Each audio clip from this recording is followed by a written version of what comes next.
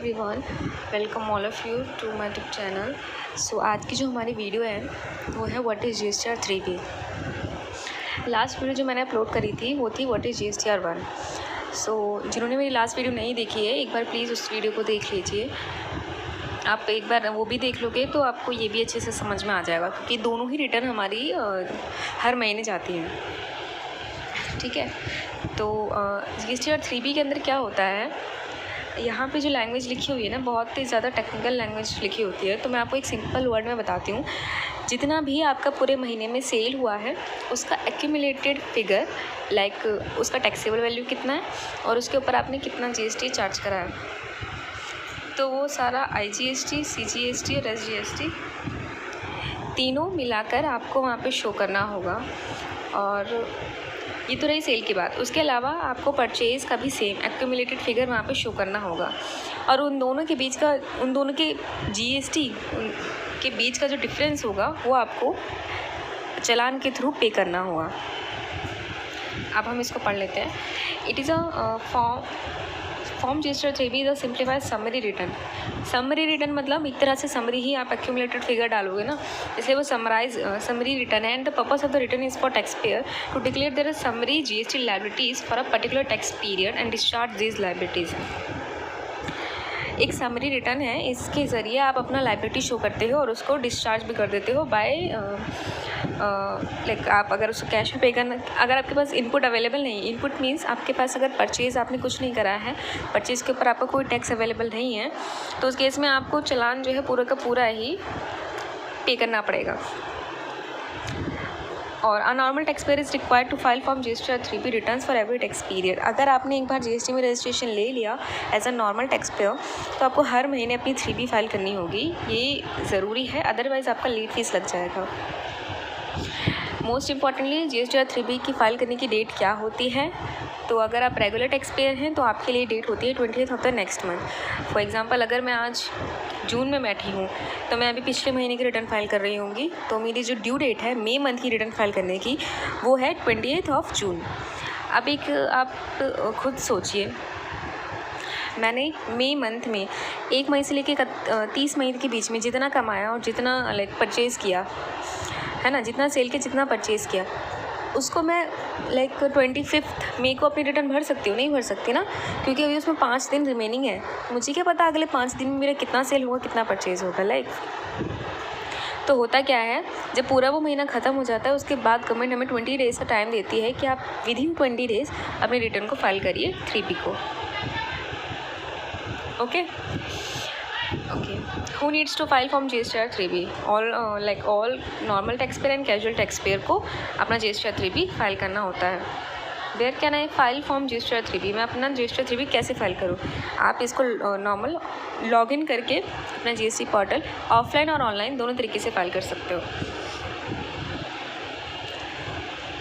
ये ना कि हाँ ड्यू डेट क्या होती है, जो कि मैंने अभी आपको बताया। कुछ लाइक जो क्वार्टरली फाइलर्स होते हैं, लाइक जिन्होंने QRMP ऑप्ट कर रखा होता है ना। QRMP मीन्स आप वर्ड से नेम से समझो, like quarterly return monthly payment. तो वो पेमेंट तो अपनी मंथली कर देते हैं, कोई भी चालान बनता है तो, बट जो उनकी रिटर्न की जो ड्यू डेट होती है वो होती है क्वार्टर एंड होने के बाद, जो नेक्स्ट मंथ होता है उसके 22 और 24। ओके, डिफरेंट स्टेट्स के अलग अलग है ये। उसके बाद हम बात करते हैं नील फाइलिंग फॉर्म है ये। इससे पहले मैं एक चीज़ आपको बता दूं, अगर आपका लेट फीस के बारे में बता देती हूँ। देखो, अगर आपने विदिन 20th तक अपनी रिटर्न फाइल नहीं करी है और आपका लाइक इस मंथ में कोई बिज़नेस हुआ ही नहीं है, आपने ज़ीरो रिटर्न फाइल करना है। अगर आप उसको 25th में फ़ाइल करते हो तो आपको जो 5 डेज़ का डिले हुआ है ना, ये जब आप नेक्स्ट मंथ की अपनी रिटर्न फाइल करोगे, फॉर एग्जांपल अभी मैं अपनी मई की रिटर्न 25 जून को फाइल करूँगी, तो मेरी मई की रिटर्न में 5 डेज़ का डिले हो गया। ठीक है, तो अभी तो वो रिटर्न फाइल हो जाएगी, बट ये जो 5 डेज़ का डिले है ना, कि जब मैं जून मंथ की रिटर्न फाइल करूँगी तो उसमें ये एज ए लेट फीस आ जाएगा। समझ रहे हो ना मेरी बात आप? तो अब ये नील फाइलिंग हुई थी मेरी मई मंथ की, तो जो मेरा लेट फीस आएगा वो 20 रुपीज़ पर डे के अकॉर्डिंग आएगा। ओके, और अगर मैं कहूँ कि अगर मेरी इन्वॉइसेस होते इस मई मंथ में और मैं अपनी रिटर्न 25 जून को फाइल करती तो 5 डेज़ का जो लेट फीस आता वो आता 50 रुपीज़ पर डे के अकॉर्डिंग। ठीक है। अब ये जो लेट फ़ीस है ना, ये अगर आपका नील रिटर्न होगा तो ये लाइक अब कितने भी डेज़ क्रॉस हो जाएं बट वो आपका 500 से ज़्यादा नहीं आएगा। और जो इनवॉइसेस के केस में ये होता है 1000 CGST और SGST, उससे ज़्यादा नहीं आएगा, लाइक 2000 से ज़्यादा नहीं आएगा। पहले जो मैक्सिमम लिमिट होती थी क्या कहते हैं चलान की, आपका मैक्सिमम कितना लेट फीस आ सकता है, तो वो 10,000 था।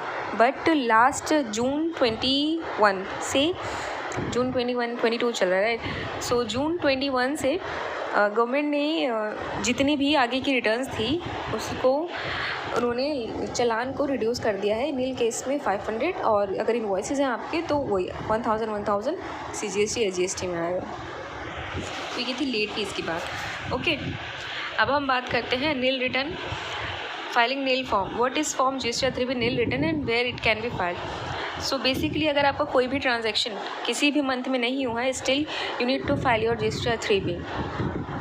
आपको एटलीस्ट ये दिखाना पड़ेगा गवर्नमेंट को कि मेरा इस मंथ में कोई बिज़नेस नहीं हुआ है, क्योंकि गवर्नमेंट को कैसे पता चलेगा, है ना। आप इसको कैसे भी फाइल कर सकते हो, आप इसको ऑनलाइन लॉगिन करके भी फाइल कर सकते हो और आप SMS के थ्रू भी फाइल कर सकते हो।